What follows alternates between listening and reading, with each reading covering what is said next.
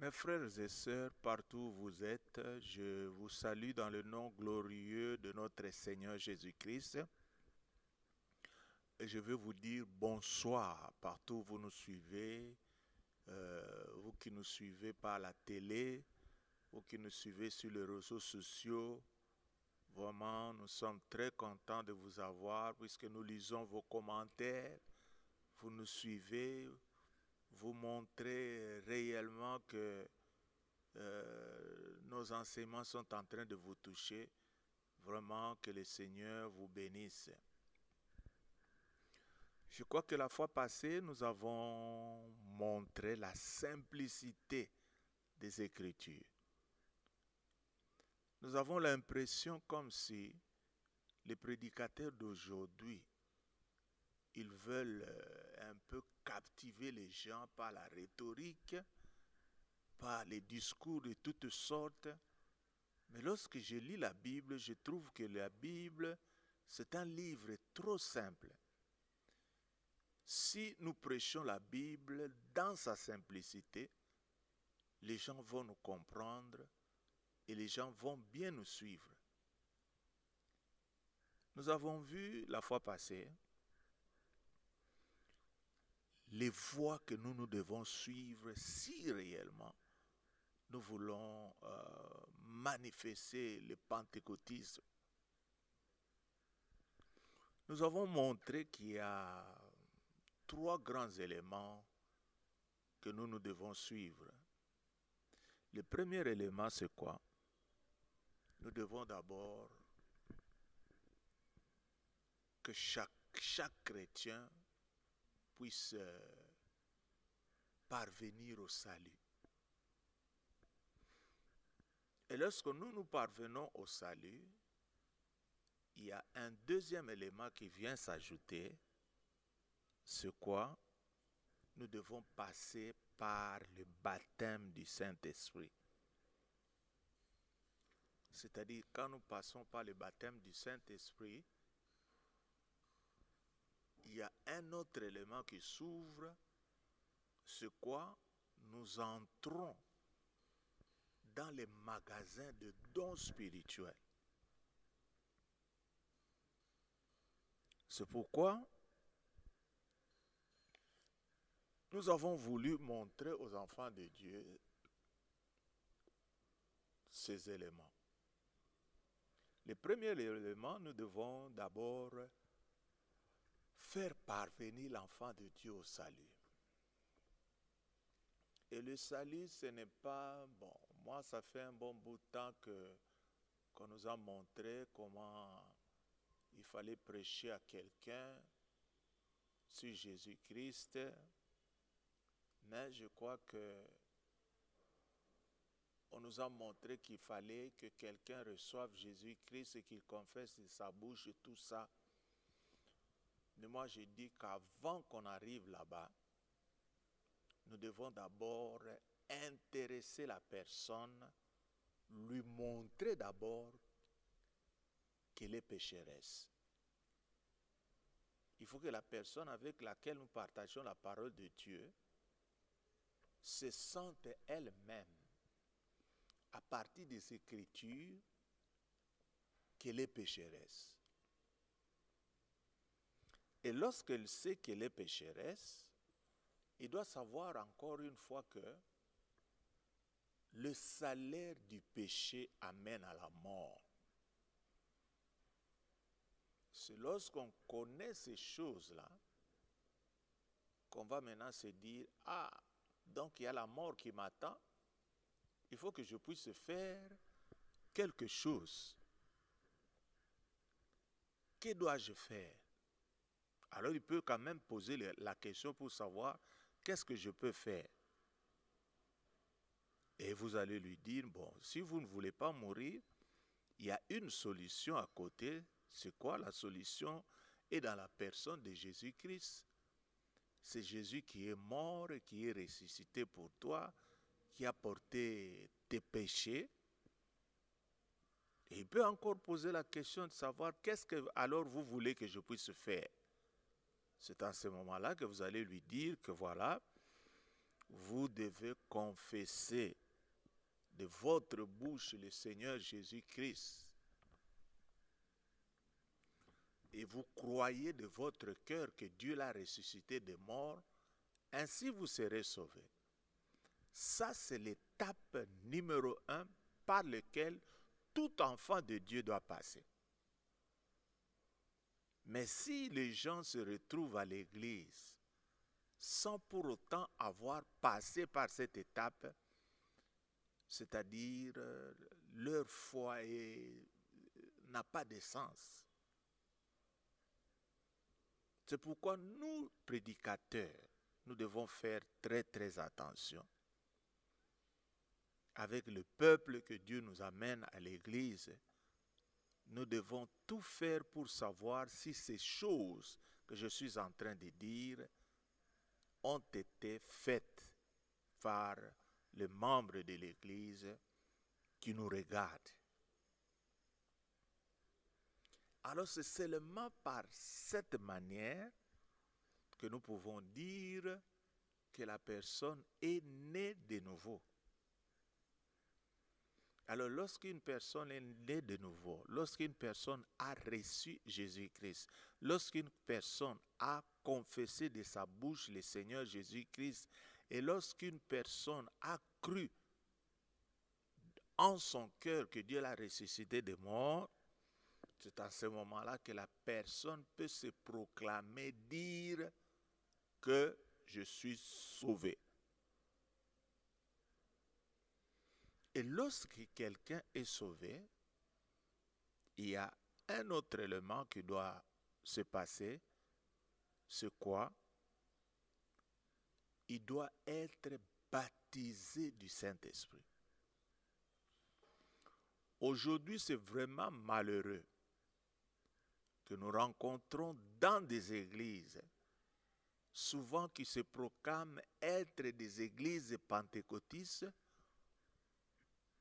où l'on trouve même des pasteurs de ces églises-là qui ne savent pas parler en langue, qui ne sont pas passés par le baptême du Saint-Esprit. Alors, nous nous posons la question de quel pentecôtisme est-ce qu'ils sont en train de parler. C'est-à-dire, on dirait aujourd'hui, les gens sont en train de prendre de noms. Église pentecôtiste de ceci, cela, tout ça, mais ils ne savent pas qu'est-ce qu'il en est question. C'est-à-dire, même certains pasteurs aujourd'hui doivent passer par l'expérience du baptême du Saint-Esprit. Je me souviens un jour, nous étions dans une conférence, bon, je ne vous dirai pas qu'il y ait des polémiques, dans une conférence quelque part, dans une grande assemblée ici en RDC, il y a un prédicateur qui est venu du sud là. Il est venu, il a prêché. Après avoir prêché, il a senti dans son cœur qu'il devait parler de quelque chose de très très important. Il fallait qu'il dise aux serviteurs de Dieu qui étaient présents en ces lieux-là, de leur dire que le Saint-Esprit lui dit qu'il y a certains pasteurs ici qui doivent être baptisés du Saint-Esprit. Et je vous assure qu'il y avait des pasteurs de renom. C'est un pasteur que je connaissais. Alors, il était courageux. Il a dit, bon, maintenant, nous voulons que ceux-là qui n'ont pas encore été baptisés du Saint-Esprit puissent passer. Vraiment, j'étais surpris de voir certains pasteurs qui sont dans les ministères avec nous durant beaucoup d'années, qui se sont présentés, Et pour la toute première fois, ils ont été baptisés du Saint-Esprit. Alors je me suis dit, mais nous devons prendre des choses très au sérieux. Il faut commencer par le début. Si nous ne commençons pas par le début, nous ne sommes pas en train de faire l'œuvre de Dieu. C'est-à-dire, après le salut, il y a l'expérience du baptême du Saint-Esprit. Et alors, lorsque les gens seront baptisés du Saint-Esprit, nous devons leur montrer comment maintenant il faut exercer le don du Saint-Esprit. C'est-à-dire, il faut qu'on les renseigne. Mais aujourd'hui, c'est n'importe qui vient à l'église. C'est n'importe qui s'assied sur le banc. C'est n'importe qui dit n'importe quoi. C'est n'importe qui a quelque chose à dire dans l'église, alors que l'église doit être structurée en commençant par des gens qui ont suivi des enseignements adéquats pour qu'on puisse leur dire qu'ils sont des enfants de Dieu. Nous devons montrer aux gens comment ils doivent opérer dans le don spirituel. Pourquoi? C'est puisque l'Église est née du Saint-Esprit. C'est-à-dire, l'Église est inspirée par le Saint-Esprit. C'est-à-dire, c'est l'Esprit de Dieu qui est en nous, qui peut nous dire la direction que l'Église doit suivre. Alors, comment est-ce que nous pouvons recevoir cette direction? Nous ne pouvons la recevoir qu'à travers la direction du Saint-Esprit. Et c'est ce que nous avons vu la fois passée. Je peux repasser certains versets.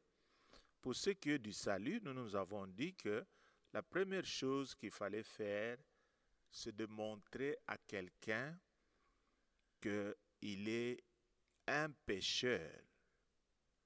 Et en tant que pécheur, il est privé de la gloire de Dieu. C'est cet état-là qui peut nous pousser à aller chercher une solution. C'est lorsqu'on admet soi-même qu'on est un pécheur. Alors nous avons lu dans Romains chapitre 3, le verset 23, qui nous dit que tous ont péché et sont privés de la gloire de Dieu. Ça, c'était quelque chose de très, très important que chacun de nous devait réaliser. Et ensuite, nous avons pu montrer que le salaire du péché, c'est la mort. Nous ne devons pas seulement reconnaître que nous sommes pécheurs, mais nous devons savoir que ce péché-là a un salaire. Et le salaire qu'il nous donne, c'est la mort. Mais dans ces mêmes versets, on nous dit, mais le don gratuit de Dieu, c'est la vie éternelle en Jésus-Christ, notre Seigneur. C'est-à-dire, on nous montre là, bien que qui est la mort, mais nous devons savoir qu'à côté de cela, Dieu a mis à notre disposition un don gratuit. C'est quoi? La vie éternelle en Jésus-Christ, notre Seigneur, que nous allons lire aussi dans Romains chapitre 5, le verset 8, que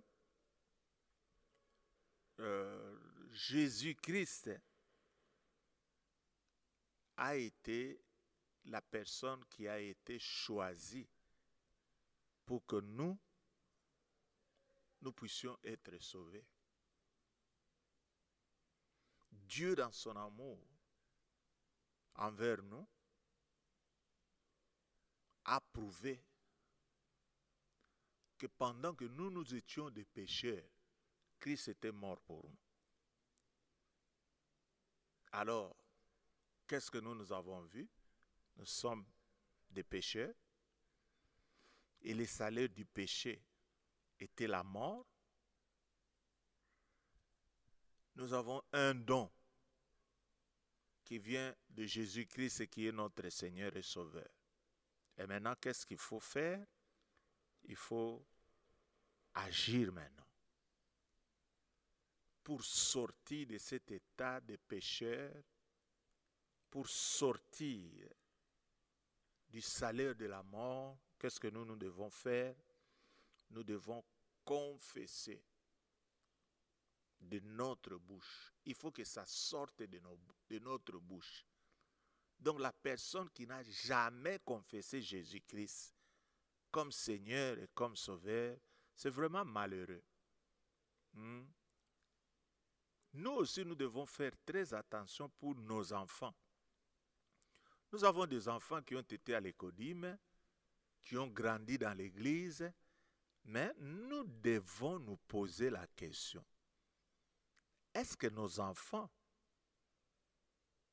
ont-ils confessé de leur bouche? C'est-à-dire, est-ce qu'ils ont déjà ouvert leur bouche pour confesser Jésus-Christ? Et croire dans leur cœur que Dieu l'a ressuscité des morts. Si cela n'a pas été fait, c'est-à-dire nos enfants ne sont pas encore sauvés.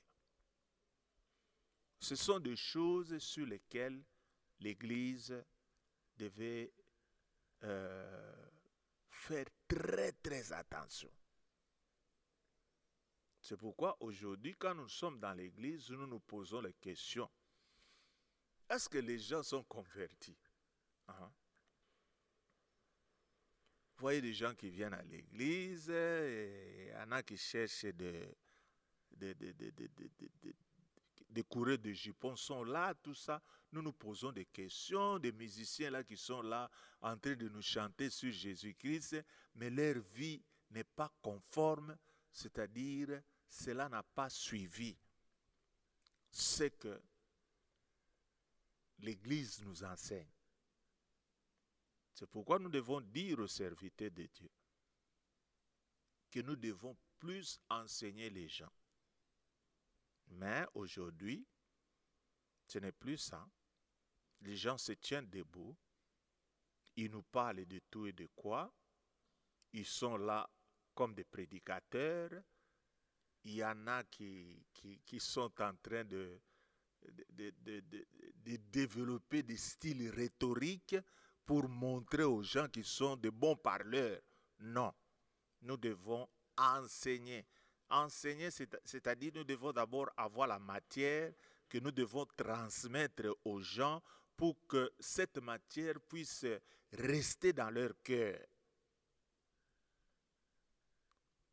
Et lorsqu'on a terminé avec le salut, nous avons vu que nous devons maintenant comprendre qu'il y a une étape, c'est laquelle c'était celui du baptême du Saint-Esprit.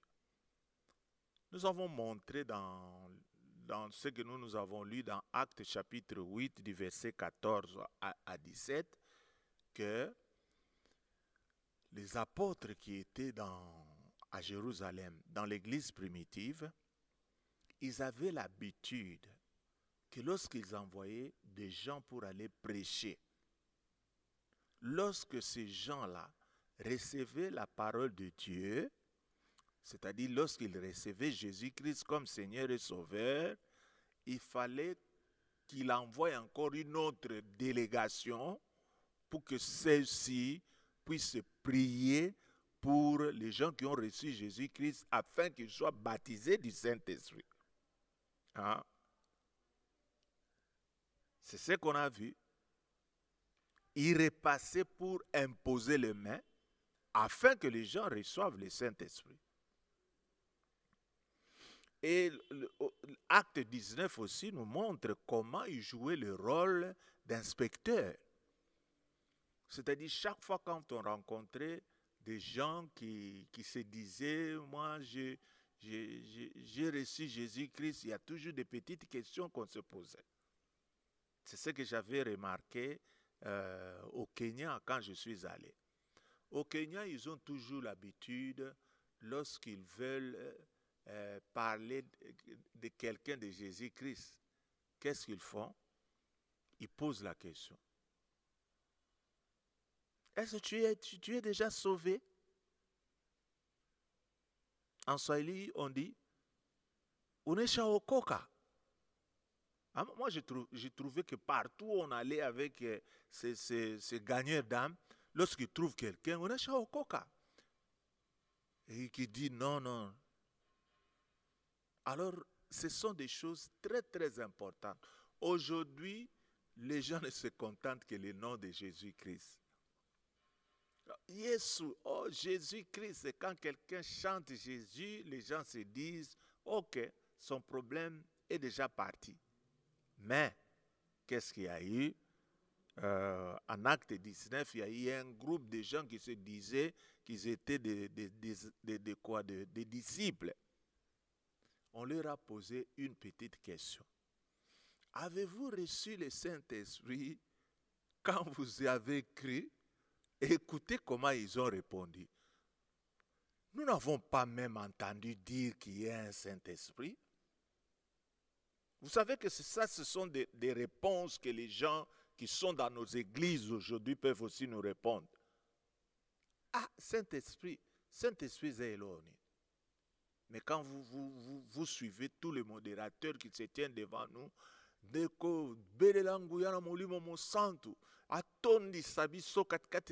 on est en train d'invoquer la puissance d'un esprit qu'on ne connaît pas.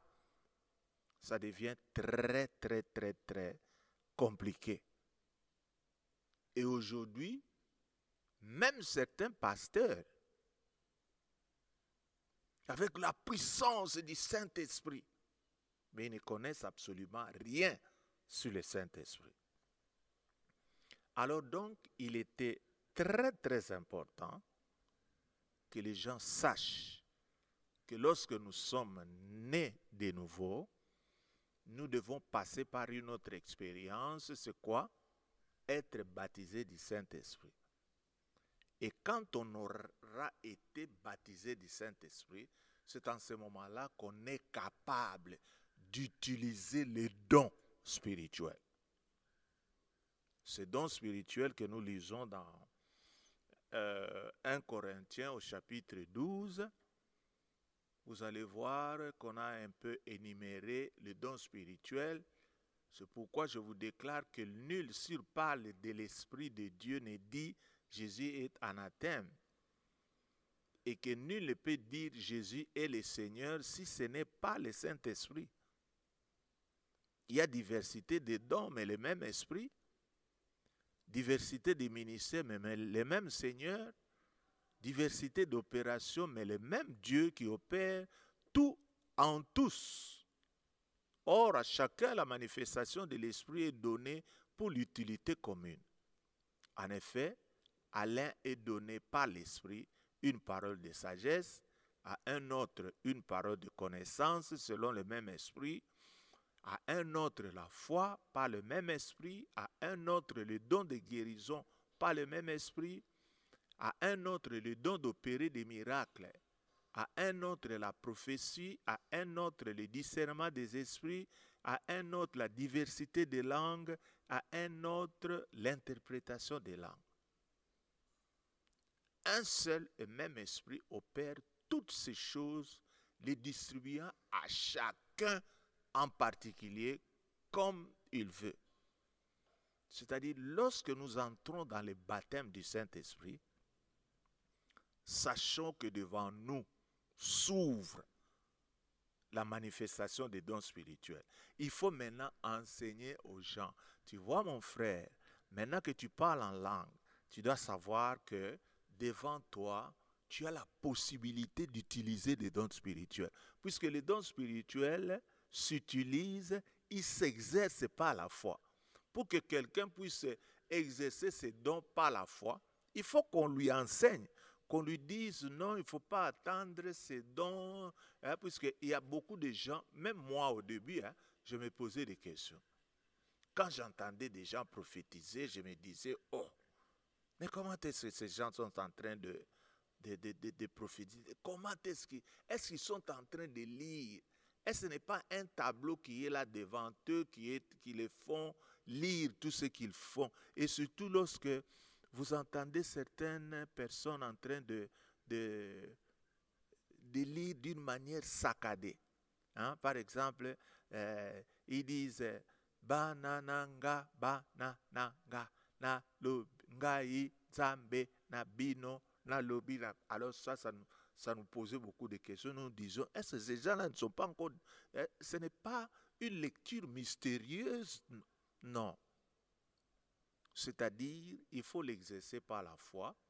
C'est le Seigneur qui met ces paroles en nous et qui fait que nous puissions maintenant commencer à parler. Alors, il faut que le pasteur soit quelqu'un qui est prêt à faire ça. Aujourd'hui, on a l'impression que tout se fait par les pasteurs. C'est seulement le pasteur qui peut donner une parole de connaissance. C'est seulement les paroles qui peuvent avoir des discernements. Mais ici, la parole de Dieu nous dit que quiconque est baptisé du Saint-Esprit peut utiliser des dons spirituels. C'est pourquoi nous voyons aujourd'hui, les églises sont devenues des églises silencieuses. Vous êtes dans l'église, il n'y a pas de manifestation de dons spirituels. C'est pourquoi vous allez voir que les églises d'aujourd'hui sont devenues comme des dépôts, comme des aéroports des sorciers. Ils sont là, ils sont en train de prier avec vous, mais vous n'avez pas le pouvoir de les détecter puisque vous ne savez pas opérer dans les dons spirituels. Alors, aujourd'hui, nous avons dit que la Pentecôte a des effets immédiats. Lorsque nous lisons dans Actes des Apôtres au chapitre 2, vous allez voir que les choses sont allées un peu trop vite. Acte 2, le verset 37 et 37 à 47, on nous dit ceci. Après avoir entendu ce discours, quel discours? C'est celui qui s'est passé le jour même de la Pentecôte. Lorsque les gens ont vu tous ces gens-là en train de parler dans d'autres langues, ils se disaient, mais comment est-ce que ces gens sont en train de parler dans différents dialectes? Nous les entendons, tout ça. Ils étaient complètement bouleversés.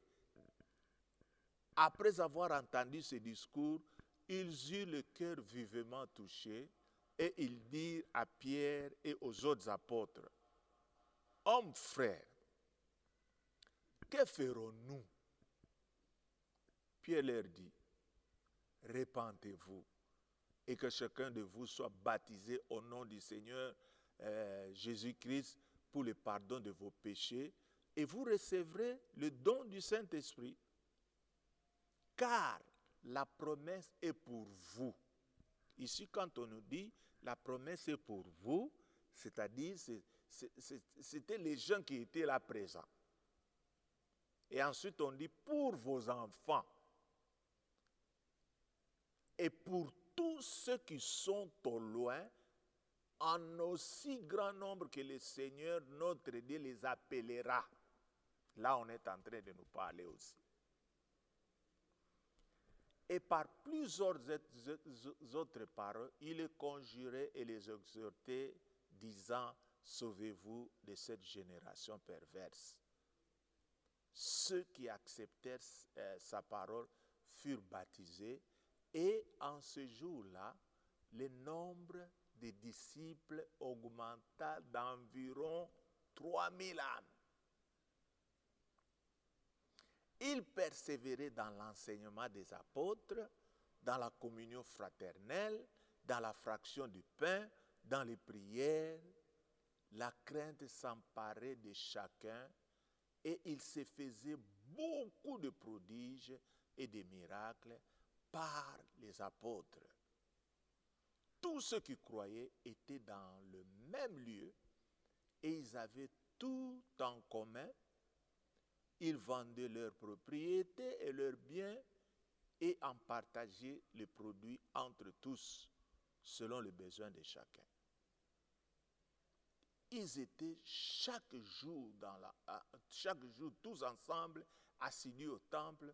Ils rompaient le pain dans des maisons et prenaient leur nourriture avec joie et simplicité de cœur, louant Dieu et trouvant grâce auprès de tout le peuple. Le Seigneur ajoutait chaque jour à l'Église ceux qui étaient sauvés. Alléluia. La première Église a commencé avec plus de combien? De 3000 membres, 4000 membres. C'est-à-dire, l'Église a commencé par être un méga church. Hein? Aujourd'hui, les gens qui ont des petites églises, ils ont toujours tendance à vouloir chercher les membres des gens qui sont en train de prier dans des grandes églises. Ils viennent, ils vous disent, mais est-ce que votre pasteur te connaît? Une manière de dire qu'il faut prier dans des petites églises, puisque là, le pasteur peut te connaître. Mais non, ici, c'est autre chose, avec la puissance du Saint-Esprit. Hein? Les gens,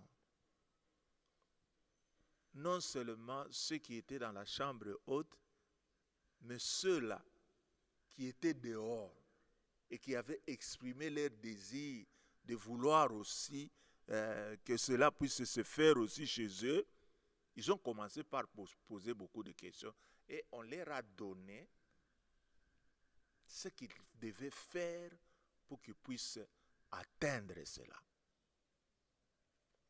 Et alors, lorsque nous lisons dans Actes chapitre 3, les versets 1 à 11, nous voyons que l'action du Saint-Esprit n'a pas demandé beaucoup de temps. Pierre et Jean montaient ensemble au temple.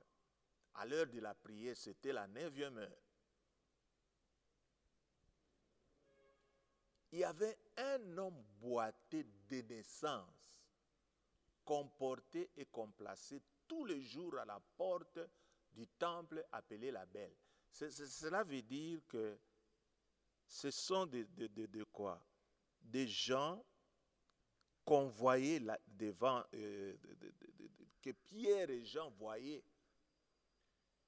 Il était là, mais après le baptême du Saint-Esprit, il y a quelque chose d'extraordinaire qui s'est passé. Il était là, il leur demandait l'aumône à ceux qui entraient dans les temples. Il était là. Cette personne n'entrait pas dans les temples. Ce qui l'intéressait, c'était l'argent des gens qui entraient dans les temples. Cet homme, voyant Pierre et Jean qui allaient y entrer, leur demanda de l'aumône comme d'habitude. Mais il a oublié que ces gens-là avaient reçu quelque chose d'extraordinaire. Pierre, de même que Jean, fixa leur regard sur lui et dit, « Regarde-nous. » Et il les regardait attentivement, s'attendant à recevoir d'eux quelque chose comme il en avait l'habitude. Alors Pierre lui dit, « Je n'ai ni argent, ni or, mais ce que j'ai, je te le donne. Au nom de Jésus-Christ de Nazareth, lève-toi et marche. » Et les prenant par la main droite, il les fit lever. Et au même instant, ses pieds et ses chevilles devinrent fermes.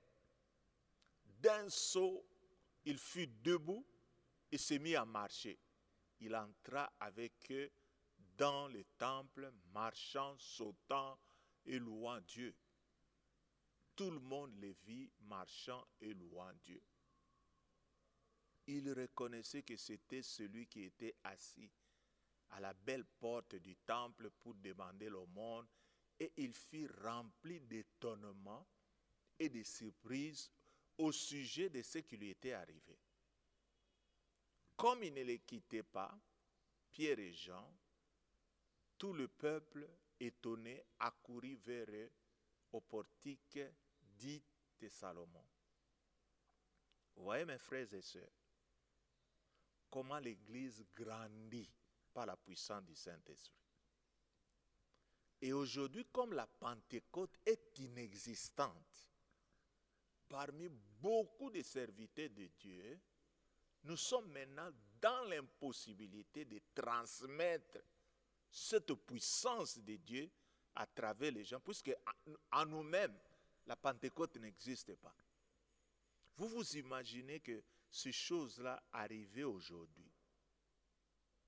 Vous entendez les frères de l'église pentecôtiste de la Victoire qui étaient allés quelque part en train de prêcher, et il y avait des gens qui étaient dans des maladies extraordinaires, et les frères qui prient, et vous voyez des miracles. Qu'est-ce qui va se passer? Vous allez voir que les églises vont grandir à une vitesse vertigineuse. Alors, mes frères et sœurs, nous devons vous dire que nous avons besoin de vivre la vraie Pentecôte. C'est vrai que c'est ce dimanche que nous allons manifester, nous allons commémorer cette fête de Pentecôte, mais nous voulons que cette fois-ci, que le peuple de Dieu comprenne les vérités que nous sommes en train de vous dire, et vous allez voir que cela peut emmener un grand réveil. Moi, ça me fait, je ne sais pas, ça me fait pitié. Lorsqu'on nous dit que voilà les églises de réveil, mais on ne voit pas de réveil. Pourquoi on ne voit pas de réveil? Puisque dans les églises de réveil, il n'y a pas la Pentecôte. Les gens ne sont pas gérés de manière à observer ce qui est dit de la Pentecôte. Les gens sont là, en train de faire des choses, en train de donner des messages qui les viennent, des messages. Ils ne savent même pas faire le choix des messages.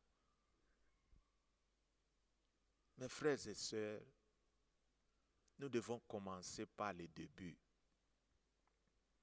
Le premier message, ça doit commencer par le message de la repentance. Il faut que les gens se transforment. Il faut que les gens naissent de nouveau. Et ensuite, lorsque les gens sont nés de nouveau, ils doivent passer par l'expérience du baptême du Saint-Esprit.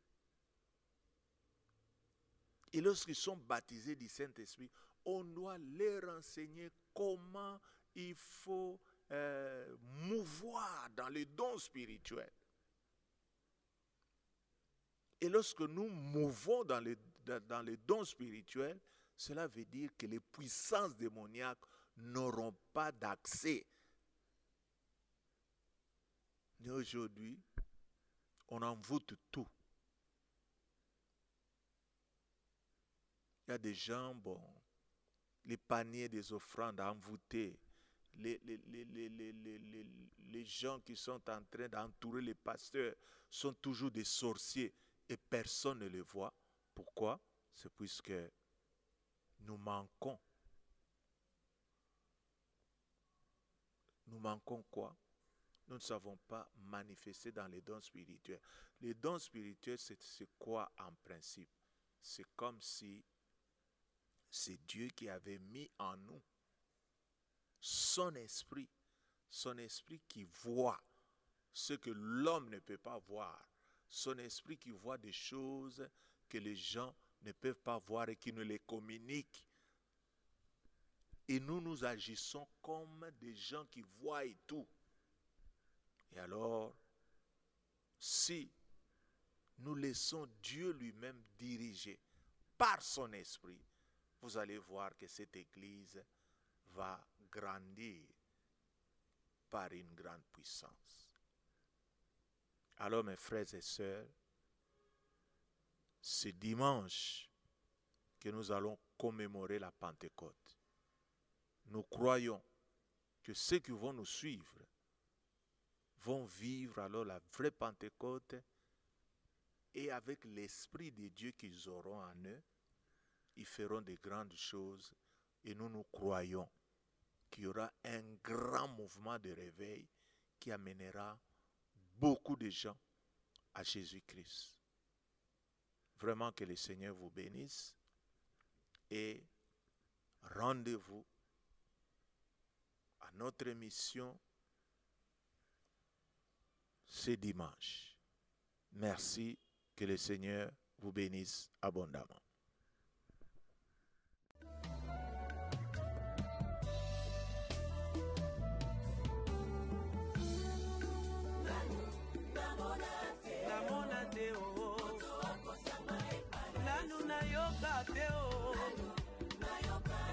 Nayoka te o, nanu esala